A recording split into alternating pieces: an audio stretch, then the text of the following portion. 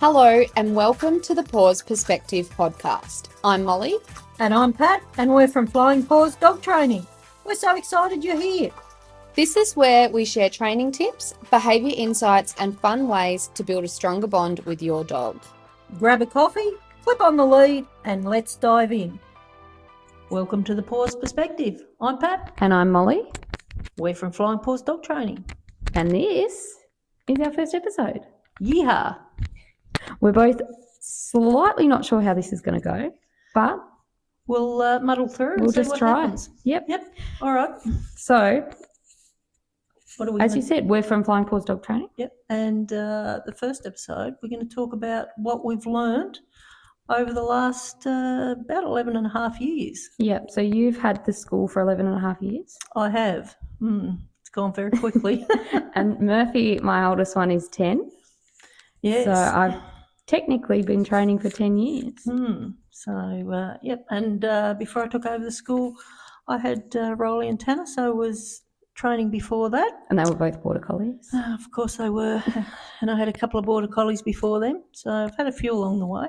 So it's probably fair to say we've both learnt a few lessons in the last 10 years. Oh, lots of lessons. And we've had some big changes in the last few years, let alone the last 10 years. Oh, massive. Yeah, we're always changing. So you may as well start. What is one of the biggest lessons you've learned in the last 10 years?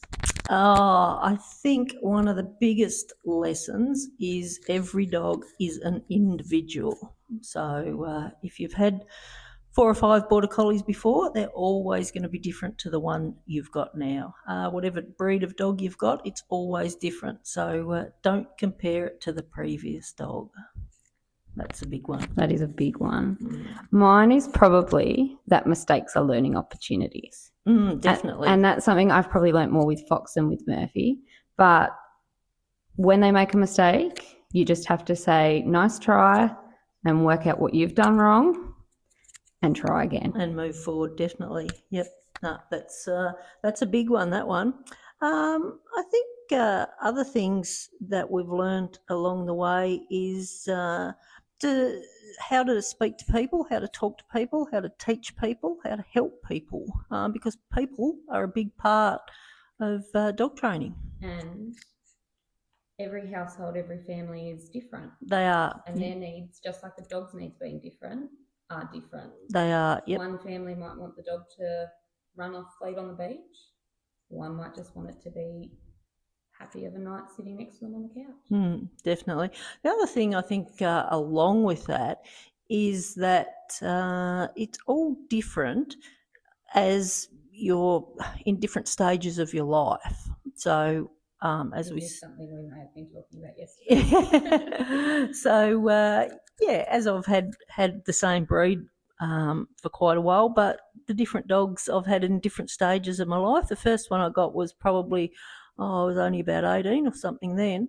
So it was many years ago. So that's totally different to when I've ended up with Zen. So it depends what stage of life you're in. Depends on where the dog is and where you're at, and that can make a big difference in life as well. So I think touching on Zen, probably one of the other big things we've learned is just because you've had 5 of the same breed of dog or 10 of the same breed of dog does not mean it gets easier. No, and does not mean that you're an expert in that breed. They all teach you something new, and you've got to look at everyone that you've got and work out what's going on with them, why they're doing some of the behaviours, even though they're still the same breed. And where are you in your life? And you might have been on a farm 10 years ago when you had your last Border Collie, or when you had your last breed of dog, Maremma or whatever. And this time you might be more in town because you might be a bit older and you might have moved to town. So that makes a difference as well. Got kids. Yep, that's a big one. Last time you had a dog, you didn't have kids. This time you've got a dog. You had an older dog when you had kids. Yep. And depends on the age of the kids, makes a big difference as well. So lots of things there, definitely. What else have we learned along the way? I think, you go. I was just going to say, positive reinforcement definitely is a big one. We've always trained with positive reinforcement, and I think it's the best way to train. Adds value to the dog. It keeps your relationship with the dog. Definitely, which is what you want. So yeah, that's a big one. Yep. What else have you I got? was just going to say, I think putting this all together, talking about this, we've actually probably learnt a fair bit when you really think about it. Oh yeah, I think it's like anything you We're have. still learning. Oh yeah, anything you have, you the longer you do things, the more you learn. So you can't get that experience without the years, and that's in any job, not just dog training. So you've just got to put in the hard yards and do it. And over the years, gosh, when I think back of how I started with some of the behaviours and what we do now and what we teach people, it's just massive learning curve the whole time. So it's really good, I think, now with social media. There's a lot more available for us, a lot more opportunities to learn, a lot more international speakers you can access, a lot more courses. A lot more short courses. Yes. Things that we don't have to spend months or years on. Yeah. But you can take a lot out of them. People might not know though that your first dog training course you had to go to Melbourne. Yeah, I did. It was a couple of years, and I had to go twice for practical. I did the rest online, but it was twice for practical assessments. And in that, towards the end, my husband got sick, so I had to delay it a little bit. I had to delay it a couple of times actually. So a 2-year course, took a fair bit longer than that, and took a hell of a lot out of me as well back then. Oh well. Anyway, we keep moving forward, don't we? But that was a big course. Some of those are big courses. So a lot can change when you're doing a course for a year or two. A lot in your home life changes, you change. So these short courses awesome. They don't take too long. You can do them. Some of them are a few hours. Some of them are a few days. Some of them are a few weeks or a few months. And they're really great. You learn a lot. Can take a lot away from them. Yeah. So I suppose we probably should talk about the elephant in the room, which is how long I've wanted to do this podcast. And how long it's taken me to convince you to do it. Yes, you have. I've been on about an app and you've been on about a podcast, but I think you won out first. Yes. I think because this is cheaper. Yes, I've got a lot of rejections about my app. So the podcast was a bit easier to sort out. So I think it's stay tuned on the app front. Yeah, stay tuned on the app front. Something for you that might be a little exclusive. Yeah, we've got a couple of things in the background. Well, I've got about 3 things actually. So, yep, I do. You might have to film me. So, I'm working on it. But the podcast, gosh, that was a couple of years ago or more. You started prattling on about that, wasn't it?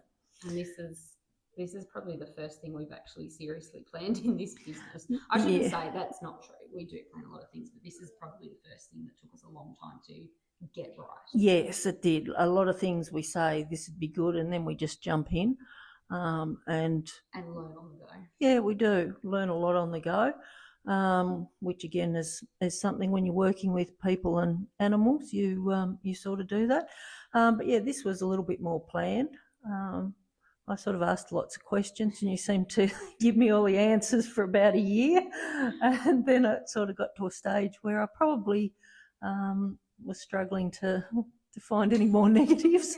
So then you sort of did all the sign ups of the whatever you got to do, Spotify and all That's those. Great to know. Yeah, So yeah. Made all the accounts all the things that we do. Yeah. Well, being me. Yeah, that's the IT department, which isn't me. So yeah, it was probably about a year ago, wasn't it? Yeah. So but we both, when we sat down to plan this, Yep.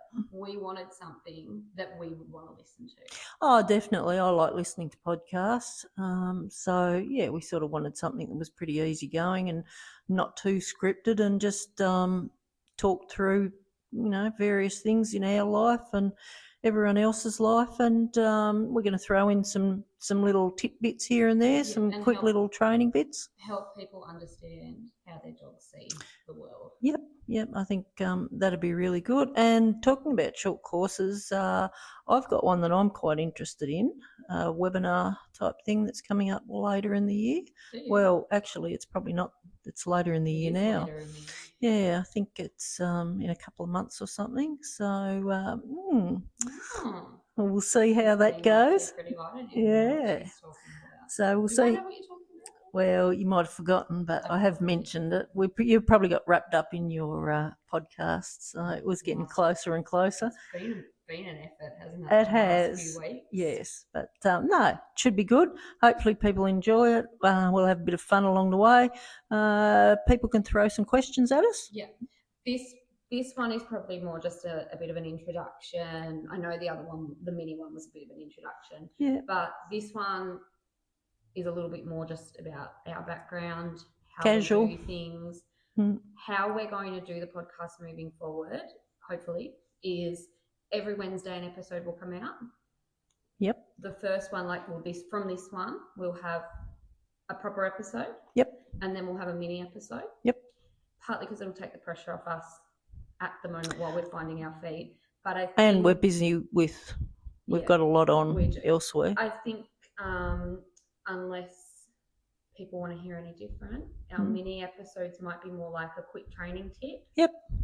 Which, if anybody's got any suggestions, we've got things planned, but as always, we want to hear from you. Yeah, if they're having any problems, or they would like to know anything specific, or why you do things a certain way, or any words that I've never been a big one for big words with dog training or anything, probably because I didn't go to uni or anything smart like that.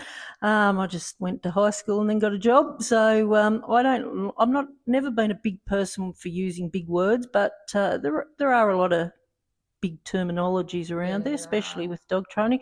So especially when you get into the technical side of things, physiological, brain side of things, which you're a bit better than me because you're a bit along those lines a bit more. But study psychology for a little while. So that's why I stick to the plain, easy words.